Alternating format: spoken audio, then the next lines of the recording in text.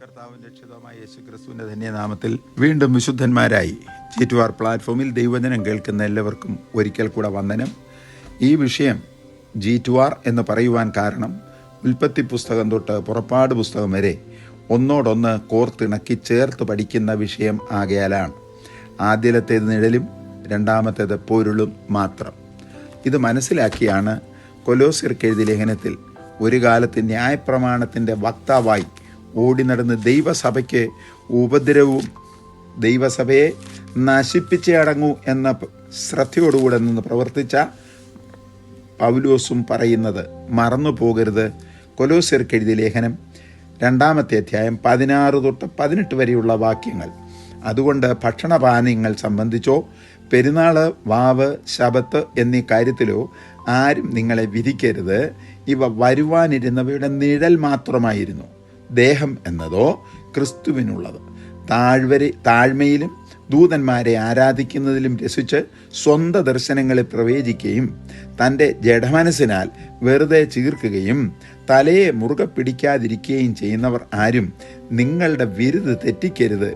തലയായവനിൽ നിന്ന് അല്ലോ ശരീരം മുഴുവൻ സന്ധികളാലും ഞരമ്പുകളാലും ചൈതന്യവും പ്രാപിച്ച് ഏകീഭവിച്ചു വരുന്നതെന്ന് നിങ്ങൾ മറന്നു പോകരുത്.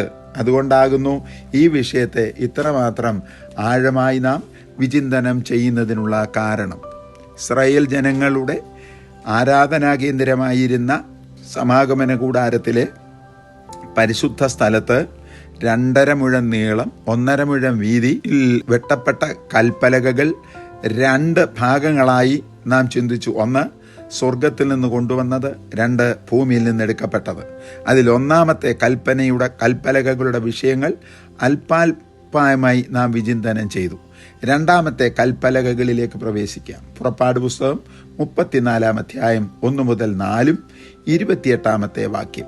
മോശെ ഉടച്ചു കളഞ്ഞ 2 കൽപ്പലകകൾക്ക് തുല്യമായി അവൻ ചെത്തി യഹോവയുടെ കയ്യിൽ കൊടുത്തു. 2-ാമത്തെ കൽപ്പലക. യഹോവയുടെ വിരലുകൾ തൻ്റെ പ്രമാണം അതിൽ എഴുതി.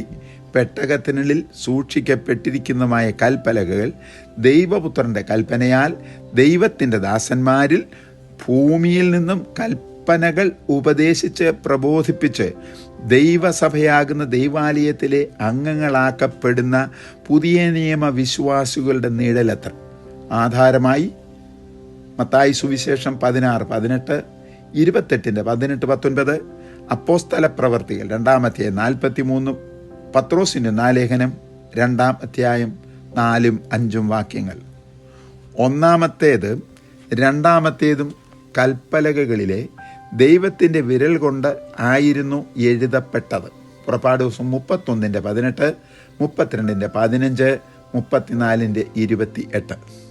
ദൈവം ഒരിക്കലും ഞാൻ എഴുതിക്കൊണ്ടുവന്നത് നീ പൊട്ടിച്ചല്ലോ, അതുകൊണ്ട് നീ കൊണ്ടുവാ, മുകളിൽ കയറി നീ തന്നെ എഴുതിക്കോ എന്ന് പറഞ്ഞില്ല. കാരണം പ്രമാണം ഏത് തലമുറയിലും എവിടെയായാലും ഒരേ പ്രമാണമാണുള്ളത്.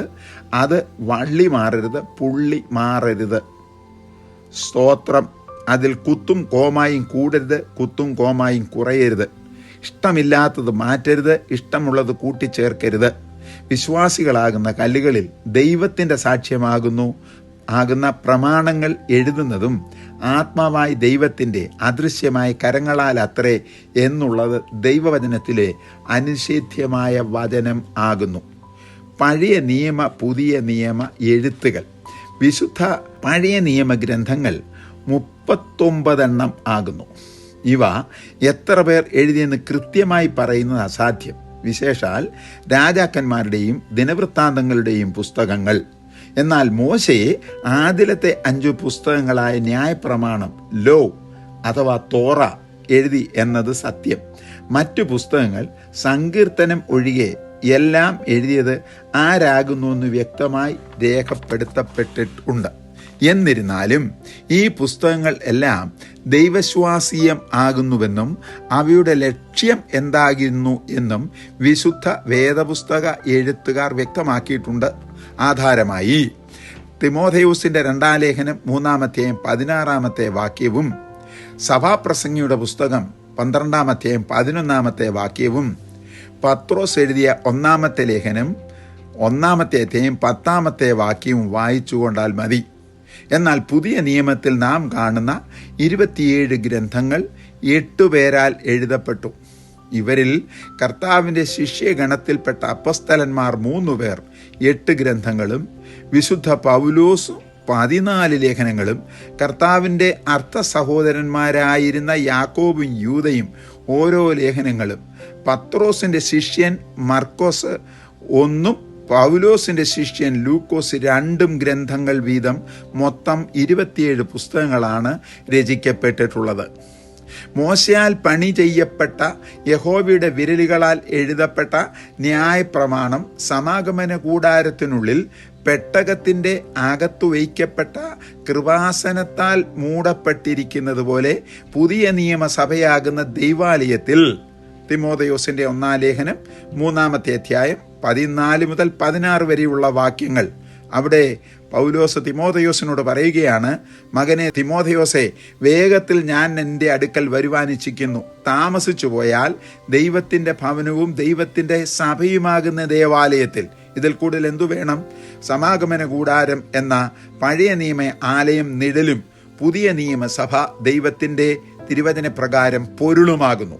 ദൈവത്തിൻ്റെ മന്ദിരമാകുന്ന വിശുദ്ധന്മാരുടെ ഹൃദയഭാഗത്ത് സൂക്ഷിക്കപ്പെടേണ്ടതാകുന്നു പ്രമാണം, ദൈവ പ്രമാണം. കൊരിന്ത്യർക്ക് എഴുതപ്പെട്ട 1-ാമത്തെ ലേഖനം 3-ാം അധ്യായം 16-ഉം 6-19 നിങ്ങൾ ദൈവത്തിൻ്റെ മന്ദിരമെന്നും ദൈവത്തിൻ്റെ ആത്മാവ് നിങ്ങളിൽ വസിക്കുന്നുവെന്നും നിങ്ങൾ അറിയുന്നില്ലയോ? ദൈവത്തിൻ്റെ മന്ദിരമാകുന്ന ആലയത്തെ നശിപ്പിക്കുന്നവനെ ദൈവം നശിപ്പിക്കും. അതൊരു മുന്നറിയിപ്പാണ്. അങ്ങനെയാകുന്നുവെങ്കിൽ ദൈവസഭയാകുന്ന മന്ദിരത്തെ നശിപ്പിക്കുന്ന ഏതു വ്യക്തി ആരായാലും ശരി, ആ വ്യക്തിയെ ദൈവം വെറുതെ വിടുകയില്ല എന്ന് അറിഞ്ഞുകൊണ്ടുവേണം നശീകരണത്തിൻ്റെ ആത്മാവിനാൽ ഭരണ സംവിധാനത്തിൻ്റെ തലപ്പത്ത് കയറിയിരിക്കേണ്ടത് എന്ന് മറന്നു പോകരുത്. പഴയ നിയമഗ്രന്ഥങ്ങളും പുതിയ നിയമഗ്രന്ഥങ്ങളും ദൈവാത്മാവിൻ്റെ നിശ്വാസത്താൽ, ഇൻസ്പിറേഷൻ, മനുഷ്യകരങ്ങൾ കൊണ്ട് മഷി കൊണ്ടും എഴുതപ്പെട്ടു. അത് കോലുകളാൽ കൽപ്പലകകളിലും മൃഗങ്ങളുടെ തോലിലും നീലനദിയുടെ ഓരങ്ങളിൽ വളർന്നു വന്നിരുന്ന പപ്പൈറസ് ചെടികളുടെ തോലുകളിലും ഇതര വിധത്തിലുള്ള താളുകളിലും ചുരുളുകളിലും എഴുതപ്പെട്ടു പഴയ നിയമം. എന്നാൽ പ്രവാചകനായിരുന്ന യിരെമ്യാവ് പ്രവചിച്ചതും അക്ഷരം പ്രതി നിറവേറിയതും നിറവേറിക്കൊണ്ടിരിക്കുന്നതും രാജകീയ പുരോഹിത വർഗങ്ങളാകുന്ന പുതിയ നിയമ ദൈവസഭ അനുനിമിഷം അനുഭവിച്ചു കൊണ്ടിരിക്കുന്നതുമായ വിശുദ്ധ തിരുവെഴുത്തുകൾ ശ്രദ്ധിക്കുക. ഞാൻ ഇസ്രായേൽ ഗൃഹത്തോട്, യാക്കോബിൻ്റെ സന്തതി പാരമ്പര്യമാണല്ലോ ഇസ്രായേൽ. 32-ാം അധ്യായം ഉൽപ്പത്തി പുസ്തകം 28-ാം വാക്യം. ഇനിയും നിന്റെ പേർ യാക്കോബ് എന്നല്ല, ഇസ്രായേൽ എന്നറിയപ്പെടും. അപ്പോൾ ഞാൻ ഇസ്രായേൽ ഗൃഹത്തോടും യഹൂദാ ഗൃഹത്തോടും യഹോവയാം ദൈവത്തെ സത്യത്തിലും ആത്മാവിലും ആരാധിക്കുകയും സ്തുതിക്കുകയും ചെയ്യുന്നവരാണ് യഹൂദാഗ്രഹം. ഉൽപ്പത്തി പുസ്തകം 29:35. ഞാൻ ഒരു പുതിയ നിയമം ചെയ്യുന്ന കാലം വരും എന്ന് യഹോവയുടെ അരുളപ്പാട്. ഞാൻ അവരുടെ പിതാക്കന്മാരെ കൈക്കു പിടിച്ച് മിസ്രയീം ദേശത്തു നിന്ന് കൊണ്ടുവന്ന നാളിൽ ഞാൻ അവരോട് ചെയ്ത നിയമം പോലെയല്ല. ഞാൻ അവർക്ക് ഭർത്താവായിരുന്നിട്ടും അവർ എൻ്റെ നിയമം ലംഘിച്ചു കളഞ്ഞു എന്ന് യഹോവയുടെ അരുളപ്പാട്. എന്നാൽ ഈ കാലം, അതായത് ന്യായപ്രമാണ യുഗം, മത്തായി സുവിശേഷം 11:13 കൂടെ ചേർത്ത് വായിക്കണം. ന്യായപ്രമാണ യുഗം മോശയുടെ കാലം മുതൽ യോഹന്നാൻ സ്നാപകന്റെ കാലം വരെ. ചുരുക്കി പറഞ്ഞാൽ മോശയുടെ കാലം മുതൽ യോഹന്നാൻ സ്നാപകൻ വരെയുള്ള വ്യക്തികളുടെ കാലം കഴിഞ്ഞ ശേഷം ഞാൻ ഇസ്രായേൽ ഗൃഹത്തോട് ചെയ്യുവാനിരിക്കുന്ന നിയമം ഇങ്ങനെയാകുന്നു. ഞാൻ എൻ്റെ ന്യായപ്രമാണം മോശയ്ക്ക് കൊണ്ടുവന്ന കല്ലിൻ്റെ പുറത്ത് യഹോവയാകുന്ന ദൈവം എഴുതിയതുപോലെ അവരുടെ ഹൃദയങ്ങളിൽ എഴുതും. ഞാൻ അവർക്ക് ദൈവവും അവർ എനിക്ക് ജനവും ആയിരിക്കും എന്ന് യഹോവയാകുന്ന ദൈവത്തിൻ്റെ അരുളപ്പാട്. യിരെമ്യാ പ്രവചനം 31-ാം അധ്യായം 31 മുതൽ 35 വരെയുള്ള വാക്യങ്ങൾ വായിച്ചാൽ അതിനെക്കുറിച്ച് ഗ്രഹിക്കുവാൻ കഴിയും.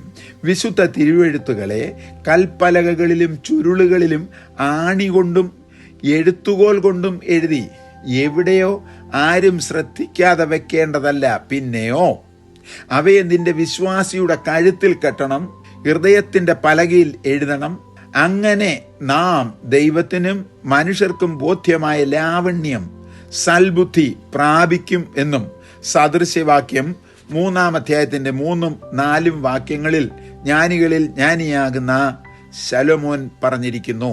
രണ്ടാമത്, യഹോവയുടെ വചനങ്ങളെ ഉള്ളത്തിൽ സംഗ്രഹിക്കണമെന്നും കൽപ്പനകളെയും ഉപദേശത്തെയും കണ്ണിൻ്റെ കൃഷ്ണമണി പോലെ കാത്തുകൊള്ളണമെന്നും അവയെ നിന്റെ വിരലിന്മേൽ കെട്ടണം എന്നും ഹൃദയത്തിൻ്റെ പലകമേൽ എഴുതണമെന്നും വീണ്ടും ജ്ഞാനി എഴുതിയിരിക്കുന്നത് വായിക്കുക.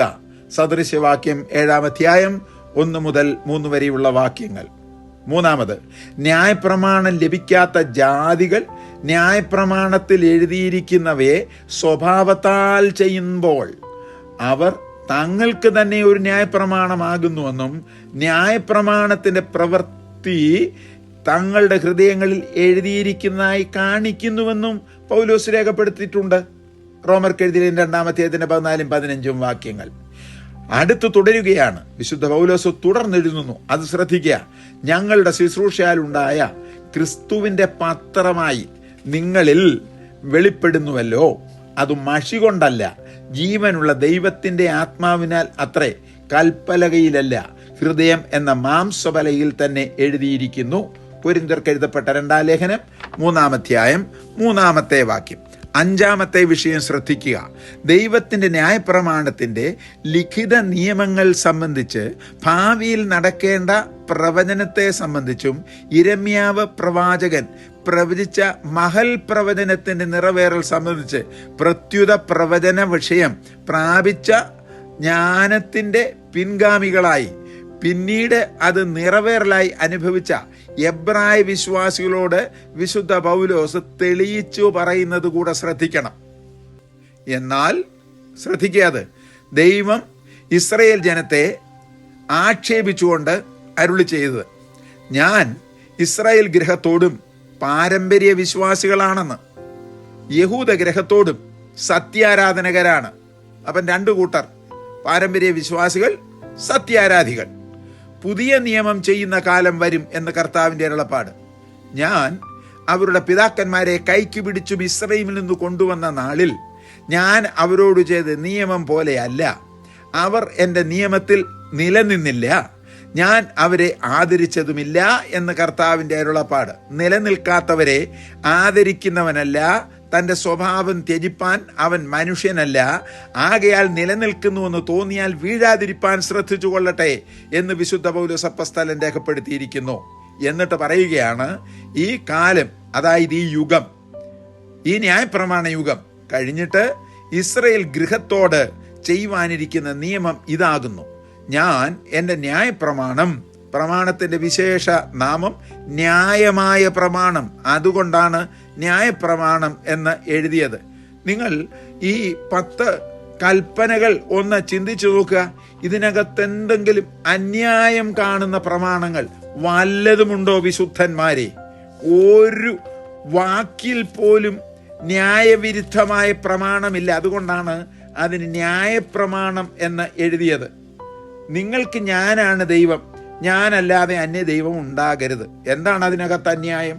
2, ഞാൻ ആത്മാവാകയാൽ എൻ്റെ രൂപം നിങ്ങൾ കാണാത്തതുകൊണ്ട് എൻ്റെ രൂപമെന്ന് സങ്കല്പിക്കുന്ന ഒരു വിഗ്രഹവും നിങ്ങൾ ഉണ്ടാക്കരുത്. അടുത്ത പ്രമാണങ്ങൾ ഇങ്ങനെ പറയുകയാണ്, നിന്റെ ദൈവമായ യഹോവയുടെ നാമം ചുമ്മാതെ വൃഥ എപ്പോഴും എടുക്കരുത്. അതിനകത്ത് എന്താണ് അന്യായം? അടുത്തു പറയുന്നു, നിന്റെ ദൈവമായ യഹോവ നിനക്ക് തരുന്ന ദേശത്ത് ദീർഘായുസ്സുള്ളാകേണ്ടതിന് അപ്പനെയും അമ്മയും ബഹുമാനിക്കുക. അതിനകത്ത് എന്താണ് അന്യായം? കൊല ചെയ്യരുത്, അതിനകത്ത് എന്താണ് അന്യായം? വ്യഭിചാരം ചെയ്യരുത്, അതിനകത്ത് എന്താണ് അന്യായം? മോഷ്ടിക്കരുത്, അതിലെന്താണ് അന്യായം? കൂട്ടുകാരന് നേരെ കള്ളസാക്ഷ്യം പറയരുത്, കൂട്ടുകാരൻ്റെ ഭവനത്തെ മോഹിക്കരുത്, കൂട്ടുകാരൻ്റെ ഭാര്യയെയും അവൻ്റെ ദാസനെയും ദാസിയെയും അവൻ്റെ കാളയെയും കഴുതയെയും കൂട്ടുകാരനോടുള്ള യാതൊന്നിനെയും നീ മോഹിക്കരുത്. ഇതാണ് 10 കൽപ്പനകൾ. ഇതിനെയാണ് ന്യായമായ പ്രമാണം എന്ന് പറഞ്ഞിരിക്കുന്നത്. ഇതിനകത്ത് ഒരു അന്യായവുമില്ല. എൻ്റെ ന്യായപ്രമാണം അവരുടെ ഉള്ളിൽ ആക്കി അവരുടെ ഹൃദയങ്ങളിൽ ഞാൻ എഴുതും. ഞാൻ അവർക്ക് ദൈവവും എനിക്ക് ജനവും ആകും. ഇനി അവരിൽ ആരും തൻ്റെ കൂട്ടുകാരനെയും തൻ്റെ സഹോദരനെയും കർത്താവിനെ അറിയുക എന്ന് ഉപദേശിക്കയില്ല. കാരണം അവരെല്ലാവരും പ്രമാണം പ്രാപിച്ചവരല്ലേ. അവർ ആബാലവൃന്ദം എല്ലാവരും എന്നെ അറിയും. ഞാൻ അവരുടെ അകൃത്യങ്ങളെക്കുറിച്ച് കരുണയുള്ളവൻ ആകും, അവരുടെ പാപങ്ങളെ ഓർക്കയുമില്ല എന്ന് കർത്താവിൻ്റെ അരുളപ്പാട്. കാരണം കർത്താവ് അവരുടെ പാപത്തെ ക്ഷമിച്ചു. കർത്താവ് അവരുടെ പാപത്തെ ചവിട്ടി സമുദ്രത്തിൻ്റെ ആഴത്തിൽ ഇട്ടു. കർത്താവ് അവരുടെ പാപങ്ങളെ ഓർക്കുന്നില്ല. അത് കടിഞ്ചുവപ്പായിരുന്നതിനെ ഹിമം പോലെ വെളുപ്പിച്ചു. രക്തത്താൽ അതിനെ നിർമ്മലമാക്കി തീർത്തു. അതുകൊണ്ട് ദൈവം ക്ഷമിച്ച പാപത്തെ അവൻ ഓർക്കുന്നില്ല എങ്കിൽ ദൈവകൃപയിൽ നിൽക്കുന്ന ദൈവത്തിൻ്റെ മക്കൾ ക്ഷമിച്ചു എന്ന് പറയുന്നതിനെ വീണ്ടും തലച്ചോറിൽ വെച്ച് ഓർത്തുകൊണ്ട് നടക്കരുത്. നമ്മുടെ തലച്ചോറ് ക്ഷമിച്ചതിനെ ഓർത്തുകൊണ്ട് നടക്കുന്ന ഒരു സംഭരണശാലയായിരിക്കരുത്. അരുതാത്തതും പഴയ കാലത്തിൽ മറന്നു കളയുന്നതുമായത് അന്നേരം പുറത്തെറിഞ്ഞ് കളയുക. നമ്മുടെ തലച്ചോറ് ട്രാഷ് ബോക്സ് ആകരുത്. സദാസമയം ആത്മാവിനെ പ്രാപിച്ച് വിശുദ്ധ കൽപ്പനകൾ എഴുതപ്പെട്ടിരിക്കുന്ന ന്യായപ്രമാണത്തിൻ്റെ സംഗ്രഹശാലയായിരിക്കണം. പുതിയത് എന്ന് പറയുന്നതിനാൽ ആദ്യത്തേതിനെ പഴയതാക്കിയിരിക്കുന്നു. എന്നാൽ പഴയതാകുന്നതും ജീർണിക്കുന്നതും എല്ലാം നീങ്ങിപ്പോകുവാൻ അടുത്തിരിക്കുന്നുവെന്ന് സാരം. വായിച്ചു പഠിക്കുക. എബ്രായർക്ക് എഴുതിയ ലേഖനം 8-ാം അധ്യായം 8 മുതൽ 13 വരെയുള്ള വാക്യങ്ങൾ. ഇത്രയും കാര്യങ്ങളൊക്കെ നാം പഠിച്ചു കഴിഞ്ഞ് പ്രായോഗികം ആക്കിയാൽ ദൈവസഭ ഇവിടെ അത് ദൈവരാജ്യമായി തീരും. ഇതിൻ്റെ രാജാവ് കർത്താവായ യേശുക്രിസ്തുവുമാണ്. പ്രമാണം കൊണ്ട് നടക്കുകയല്ല വേണ്ടത്, പ്രമാണം മനഃപ്പാഠമാക്കുക മാത്രമല്ല വേണ്ടത്, പ്രമാണം അനുസരിച്ച് ജീവിക്കുകയും ആണ് വേണ്ടത് എന്നൊരിക്കൽ കൂടെ പറയട്ടെ. മൈക്കിൽ കൂടെ ഘോരഘോരം പ്രസംഗിക്കുവാനുള്ളത് മാത്രമല്ല ദൈവത്തിൻ്റെ ന്യായപ്രമാണം.